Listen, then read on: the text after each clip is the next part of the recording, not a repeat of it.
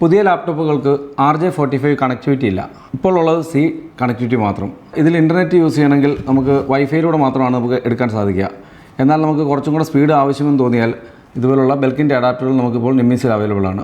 എന്നാൽ ഇതുപോലുള്ളൊരു അഡാപ്റ്റർ നമ്മൾ പർച്ചേസ് ചെയ്ത് കഴിഞ്ഞാൽ നമുക്ക് C ടൈപ്പിൽ കണക്ട് ചെയ്തുകൊണ്ട് നമുക്ക് RJ45 കണക്ട് ചെയ്യാനും അതുപോലെ തന്നെ അതിന് ഒരു സൈഡിൽ നമുക്ക് 100 വാട്ട്സ് പവർ ഡെലിവറി കിട്ടുന്ന ഒരു C ടൈപ്പ് സോഴ്സും നമുക്കവിടെ അവൈലബിൾ ആണ്.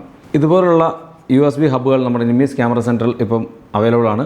ഈ വരുന്ന പ്രോഡക്റ്റ് ഒരു 7-in-1 എന്ന് പറയുന്ന പ്രോഡക്റ്റാണ്. ഇതിനുള്ളിൽ നമുക്ക് ഒരു HDMI ഉണ്ട്, അതുപോലെ തന്നെ നമുക്ക് 2 USB, ഒരു C ടൈപ്പ്, ഒരു ഓഡിയോ ഇന്ന്, 2 മെമ്മറി കാർഡ് കണക്ട് ചെയ്യാൻ പറ്റുന്ന അത്രയും ഓപ്ഷനുള്ളൊരു ഹബ്ബാണിത്.